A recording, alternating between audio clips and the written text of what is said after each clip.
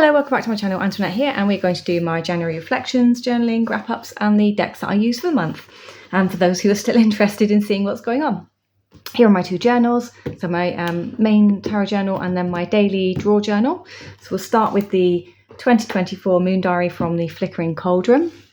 And for those who are not familiar with this one, it is a small independent company that sells these from their home. Spend a lot of time lovingly creating these and putting information into them, which changes yearly based on the Northern Hemisphere, with dates to change for the Southern Hemisphere for the moon cycles if you wish to purchase it. And it comes from the Etsy shop, so you can go to Etsy and get this one. There's a wall calendar that goes with it. One of my all-time favourites, and I've put the tabs in, so I've purchased the tabs and put them in separately myself. I do apologise for that light. It's very, very miserable in England at this time of year, and we need extra light, and I can't avoid where it hits. So, January. Got a couple of things where we've not done my drawers again. So those of you following know that's a pattern. And we are into the year of the fairies with this calendar. This year, last year, we had dragons and crystals. Now we've got our fairies and flowers. So there's some beautiful information about flowers. And we have the Capricorn fairy starting out January. And the colour of January is black. And then again, like we had last year, so we do have the gemstone information here. Planetary stone is lapis lazuli for this one. And our fairy is called Frostina. So then we have information about the January birth flower, which is carnation. Now, I don't know if these vary across the world. I guess they would do, because not every country is going to have the same flowers. So these are very heavily inspired here anyway. So it'd be interesting if you're from somewhere else. What is your January flower in your area? Because I've never thought about that. Like, gemstones are kind of universal, and I've always assumed other things to be universal, but it's probably not, is it? Now that we start to look and question. So here we have some information, beautiful illustrations, and we have flowers in magic. So the history of using flowers in magic spans across cultures and centuries, reflecting the deep connection between humans and the natural world. Flowers have been revered for their beauty, fragrance, and symbolic meanings, making them a powerful tool in various magics and spiritual practices. Now, there was that series on Amazon Prime last year with Sigourney Weaver in it. I think it was set in Australia, and I'm going to forget the name completely here, but something along the lines of The Lost Language of Flowers, Alice Hart's Lost Flowers, something like that. And it was based on the language of flowers. And in the Victorian times, when you put a bouquet of flowers together, you would hide certain flowers into the bouquet, and each flower had a word or a meaning or an association, a colour as well. And then you could create a sentiment with the bunch of flowers that you sent somebody in secret. So it's almost like sending secret codes to your loved one without the parents knowing what's going on, which is really, really cute, sweet. I just think it's such a lovely thing to do. And then we have a bit more here. So we've got things about anointing oil, smudging, baths, floriomancy, so colour interpretation, arrangement and placement. There we go. Symbolic associations, intuitive connections. Floriomancy can be used for personal reflection, guidance, or even as a form of entertainment. So for anyone who's a keen gardener, that's probably a really fascinating subject on its own to look into. Now, it says here, so you know exactly what deck I was using. So I was using the Haindl Tarot for my daily pulls. I think I got a little bit better doing what I was doing. But as I said, my pulls have kind of like, so weekends in particular, I have been doing more exercise in the mornings and less journaling. So the journaling is kind of moving, like shifting. Practice is shifting, okay? And this is probably, I'm more likely to get a daily card pull than I am my main journal pulls. So as you can see, we're just carrying on, my symbols down, and then we have the new moon in Capricorn, some gorgeous artwork and information there, and then introduction to fairy magic for those who like to work with fairy magic and fairies. So some lovely information for those. And if you don't, obviously it's fine, but the general kind of gist and the charm of it all and the artwork is probably enough to keep you happy and occupied to read through. So it has information on, you know, fairy folklore, got meditation, moon magic, nature-based rituals over here. What we've got, so offerings, nature walks, creating altars, divination, deception and illusions, getting lost in fantasy. So there are warnings as well that comes with fairy magic. That I do know, but I don't do it myself, so I can't pretend that I'm very knowledgeable on this. So there's plenty of information there. So there's a good few pages, and coming to the end. So January, Wolf Moon. So you've got some magical intentions there and some correspondences for that moon, as always. And then is that coming to the end? Yeah, so end of January. And then you've got your page, of course, there. Then there's the budget pages and notes pages that I use for my own basic kind of wish lists and tarot lists. Another notes page there, which I haven't made use of. And we're into February. February is Aquarius. So this is this one. And then the one that I chose to use for my main tarot journal. I think we need to pop out a little bit so we can get that fully in. We're in? Yeah, we're all in. So this was just one that I had, a set of 2 from Amazon. As I said, I can't remember. I've thrown a piece of paper away inside so that I knew what they were. But here we go. So I started decorating inside. So I've got Millie's Gypsy spread in there from some PDFs from Patrick Lenser. I have the new deck interview spread, which came from the littleredtarot.com. So Little Red shop in the UK, where you can get some amazing indie decks. And this is the deck interview spread. So I've stuck it in here in case I choose to use it. I went to do this 2 years ago with all of my decks, and I just, it's not my thing. So I've popped it in here in case I want it. It's there. And then just started decorating the page with bits and bobs that come up. So I've stuck that one in for the kind of universal astrology. We've got the fairies to go with my fairy diary. Just a little ticket, like in it if you win it ticket type thing, just to remind me. Ticket to 2024. And then my month ahead, which I pulled in my old diary. And this one, so my keyword was responses for the month. So a keyword to keep in mind. And we had the messenger of air for this month with swift responses, actions. Still require you to be able to adapt your way of thinking and approach the situation. And then into the unknown was my oracle. So we have, with these new adventures, will bring wonders and miracles as you step into unknown territory. And then the second oracle that I pulled was manifest. So vision, never underestimate your ability to grasp hold of your dreams. And then here we have the decks. So Haindl Tarot, Tarot of Nuages, Tarot of Spirit, Word of Sarah Howard Oracle, Stretch Tarot, and Oracle of the Rose. And I didn't use any unplanned decks. I think I was going to do my Word of the Year on this page, and I just haven't got around to it, but it's just such a nice page anyway. And then in January, I have put my year ahead spread in here. So this is the year ahead spread, guide into 2024. And my kind of breakdown of types of cards that we pulled here. So this is this one, and where I was at the start. So as of beginning of January, we were in the 6 of Cups, having faith moving forwards. I'll just put my bookmark in there. And then these are my pages. So I think I've said I don't actually like these grubby looking pages. I like the aged effect, but I don't actually like working on them because you can't see my text. It's not jumping out. It's kind of merging into the murkiness. And then I felt like I couldn't over-decorate the page because it was just all becoming a bit overwhelming with the page. Bizarrely enough for me.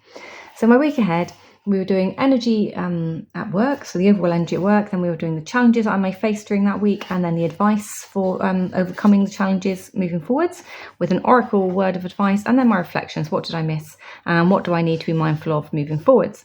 So we've got those ones in there, and this one I used Tarot Noirs actually for this one, which I didn't bring that deck out, and the word is Sarah Howard. Week ahead, I have again, so I have the energy theme for the week ahead, bring forwards. So I'm bearing in mind, like, what I might have missed from the week before. So it's like bring forwards from the week before. What am I bringing forwards into the week? And then what do I need to let go of from the week before? So I've got the overall energy theme of what's going on in work, what I need to bring with me from the previous week, and what I need to let go of. And then here I've got my keyword, which was responses. So here I've just put, how did you like what you heard based on your feedback this week? So that was a reminder to me to reflect on how I say things to people, and equally how they've responded back to me. Did I like the response, and could I maybe have changed what I said, or is that just an emotional response for them rather than a factual response? So I usually talk in facts when I'm in work, just to take the emotion out of things. So here we have Oracle. I hear the universe, and then my reflections. So that's just a 4-card straight draw, and then write down what I was thinking.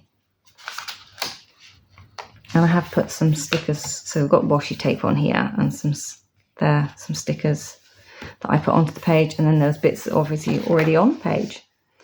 And then I did do a new moon reading. Yay! It's been so long since I got around to doing a reading for the moon. So I've got a new moon reading in here, and I have made a note there about the real sky. So I'm doing new moon in Sagittarius. Here we've got real sky. So spreads, oracle deck from Amethyst Ascensions. So I can't remember what the new moon would have been in. Should it have been Capricorn? And the real sky states it was in Sagittarius. So I decided to try out how I felt about this. So the spread was in the Facebook page for Amethyst Ascensions, and she gave us this spread to use, and she started putting little tidbits of information and things in there, and PDFs and things about real sky for us to try and learn how to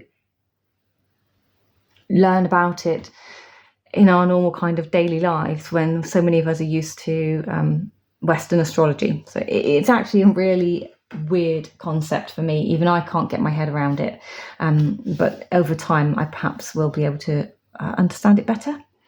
So yeah, so with her spread here, which is, she's got a spread deck as well, by the way. So she's got this amazing spread deck, which is in my NPC wishlist cart. And this is one of the spreads that are in that spread deck. So she allowed us to use that one because she shared it with us.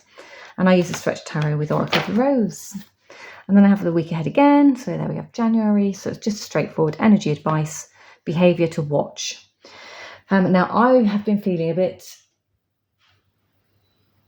meh. Would that be the right word? The energies around me have been feeling a bit murky, muddy, not very pleasant around me as well. So yeah, I've had to be kind of aware of how people are causing me to respond and how they're responding. Hence, there's been a lot of that through my diary, which is quite evident, I think, actually, with the, like here, behaviour to watch for. And the keyword responses, never has there been a truer keyword to my month ahead. Bearing in mind, I pulled that back in May last year for my year ahead spread. So it's just been really curious that word is there. I've been watching behaviours.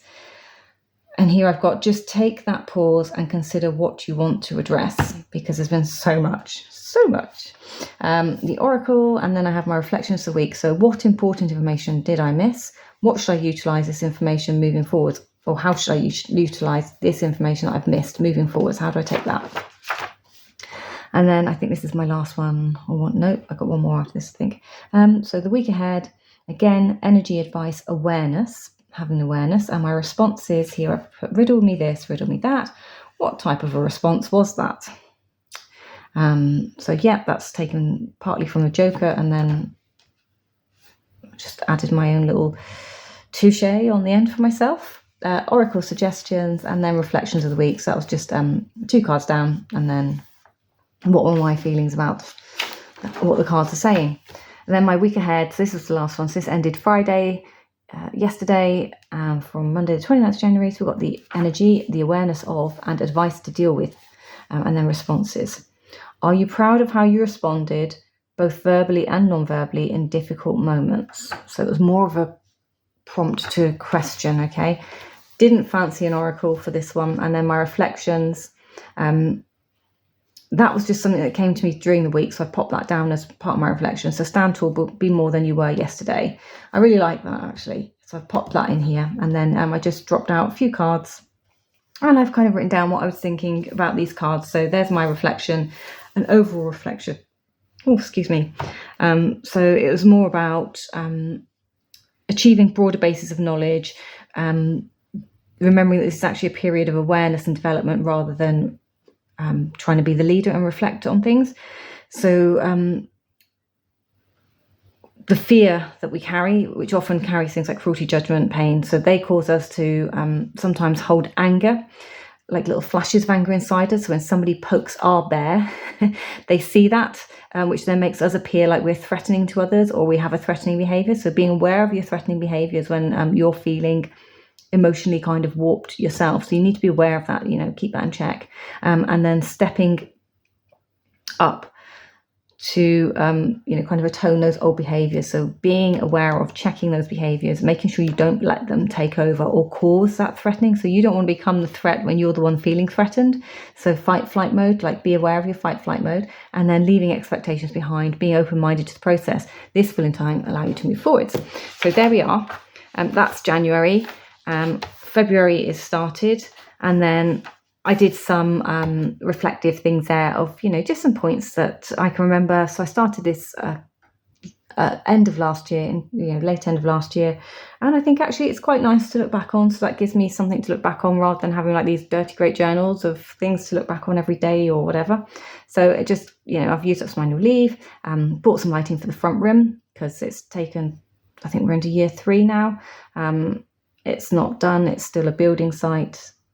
Although I've made it look nice by painting the walls and things, it's still, cables are hanging out the walls. There's no heating in there. There's no windows. There's no lighting. And the floor's not down. So it's just things that needs doing. No skirting boards and all that sort of thing. So moving forwards, that's a big check. The kitchen will be coming partway into the front room. So managed to order the kitchen cupboards. So at some point, probably in May this year, those will go in. But they're here. I've managed to get them in sale. So that's good. That's all big, good things. Encore was absolutely horrendous, but I completed it. Had a bougie lunch, right? I took my friend out for a really bougie, truly bougie lunch. It was a place that I hadn't quite grasp the fact that lunch costs the same as dinner there. I knew dinner menu was expensive, but I hadn't realised lunch menu was exactly the same price. My bad. And I basically, because I'd done on call, I was like, I knew I was going to treat her. She didn't know that, but I knew I was going to treat her. So, under the influence of a couple of glasses of wine and a really, really fantastic time, I just dropped my card in and paid the bill. And as I was walking away, it suddenly dawned on me exactly how much that had to cost. And it was like, oh my golly gosh. However, we're totally worth it. It was totally worth it. So I can't beat myself up about it, but it was money where I think I heard Orshi talk about this, where you knew you could have spent that somewhere else. But that was just such a beautifully, kind of unplanned, spur of the moment afternoon that, money can't buy that type of company and laughter. And while we were out, we actually bumped into another old school friend. So that was amazing. So it was 2 kind of things there. And I also reconnected with somebody else who I haven't seen since prior COVID in the month of January. And trying to mastering aspects of my job. So yeah, there's my diary. Talked at great length about that. So let me just get my decks back out because... Oops, where are we? Right, so Tarot New Arches I haven't got down, so I'm not going to bring that one down. But for my daily pulls, it was this one. So the Haindl Tarot, and I just worked with, although I have the books, they weren't able for me to get to them. So I've just worked with the little white book for this one. And it's this deck. This is by US Games. Yep, it's a US Games deck. And... I don't know, do you call this sloth based maybe? It's element based. So let's bring it down a little bit further. So this was just a daily card pull. So sometimes there was, like 2 together or 1 together, one, just depending what come out. But just so you can see how they look together.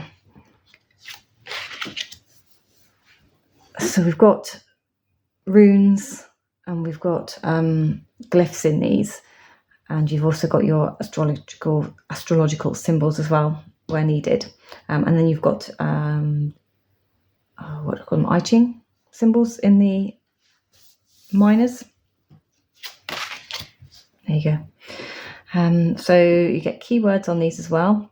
So material difficulty for 5 of stones or 5 of pentacles. So we've got material difficulty. It was just something very, very different to work with.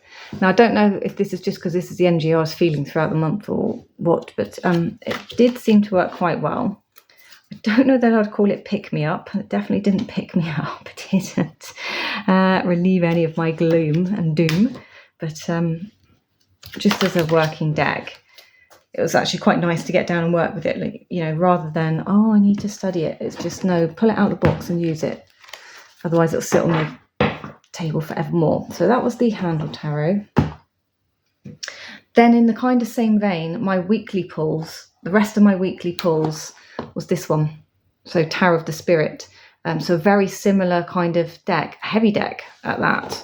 And again, for this one, although I have her big book, I just worked with the little book because it was just too overwhelming otherwise for me. And that's this one. So this is a US Games deck as well by Pam Marikins. And it is just gorgeous. So for this one, I also used the Oracle from the Word of Sarah Howard and this little book that comes with it. These are the backs. It's a nice poker-sized deck. This is the one with the playing card symbols on them and keywords on the bottom. So second edition, I think, is what I'm calling this one. And it would normally be 3 cards with one of those on the end, but I think we could do it with 2, can't we? Just to give you an idea of what's going on. Again, these also have keywords on them. The suits are elements, and that wasn't planned. I just pulled them down off my off my shelf and realised how similar the 2 decks actually were working. And then this one again is unusual because of the playing card element of it. So for the 10 of wind, which would be 10 of swords, we have the way of the cross. So again, this is packed with symbolism and information. Yeah, I can't really talk about the cards because I only use this for weeklies, not dailies. I did use it for dailies back last year sometime, but there's just so much to pull from it. It didn't always feel like it was the best placed for a week ahead, but it definitely did a reflective. So I think it's a very good reflective deck if you want to reflect on something rather than a divination like what's coming ahead type deck. Just my personal thoughts on it, but that was kind of how I felt with it. So here we have 8 of water where it says still waters, the Father of Water, and then the Sea Eagle Envy, which is the 9 of clubs. Where should we start? If we start with the 8 of water, I'll just have a quick look to give you an idea. 8 of water.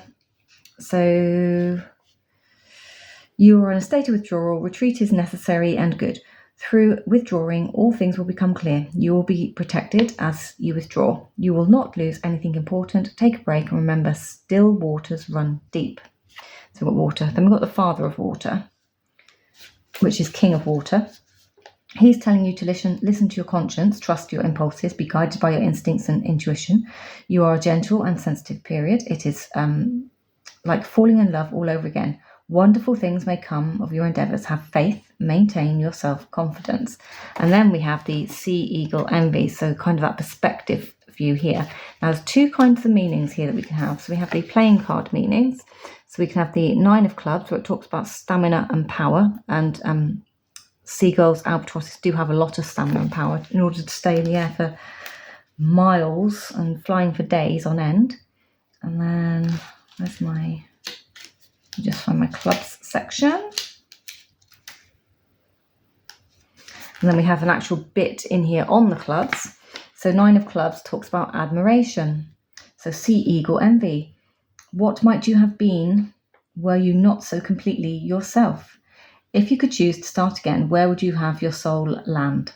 What better choice than the sea eagle to to live in, observe, thrive, and contribute to the fabric of the place. How much more comfortable to unquestioningly couple for life? How much more comfortable to unquestioningly couple for life? Return always to roost and to reign as the elevated monarch of the shoreline. Okay, so it doesn't read particularly well for me, or I'm not reading it very well. There's no punctuation there. But I didn't know that sea eagles mate for life. I didn't know that. So that's actually really quite nice. So there's a water element there. So you can see how these cards actually kind of went together. Although this is very busy, very bold and in your face, they do sort of go. So we have the Two of Fire, or Two of Wands with Convergence. We have our Emperor, so we have more fiery energy here. And then we have Ten of Diamonds, which would be kind of earthly things, so like Pentacles is how I associate diamonds. And then Who Made This? So very earthy. We've got like a little sort of offering there to guide the way. So there's our Tarot of the Spirit. Again, it was nice to pull it out and use it. The last time I used it, I think, was for a Tarot Normal with Ginger Faes Musings. Divination and Musings or something. I can't remember the exact name of the channel. Sorry, Ginger. And then my moon reading, I pulled out the Stretch Tarot and Oracle of the Rose, which I love, really like. Backs. They have a very moody, go-together feel. So I'll just flip through these as they come, and then you know, basically you can see. So we've got the Fool with the B, which is actually number 22, if you like numbers. We have the Nine of Pentacles, and the keyword for that is wealth, and then home with the 6. Four of Swords, rest, free yourself. King of Swords, authority, balancing act at 44. Page of Wands is restlessness, and then we have integrity. The Chariot with boundary. So I think they go really well. I actually really like keywords. Not many people like keywords on tarot cards, but I really like keywords.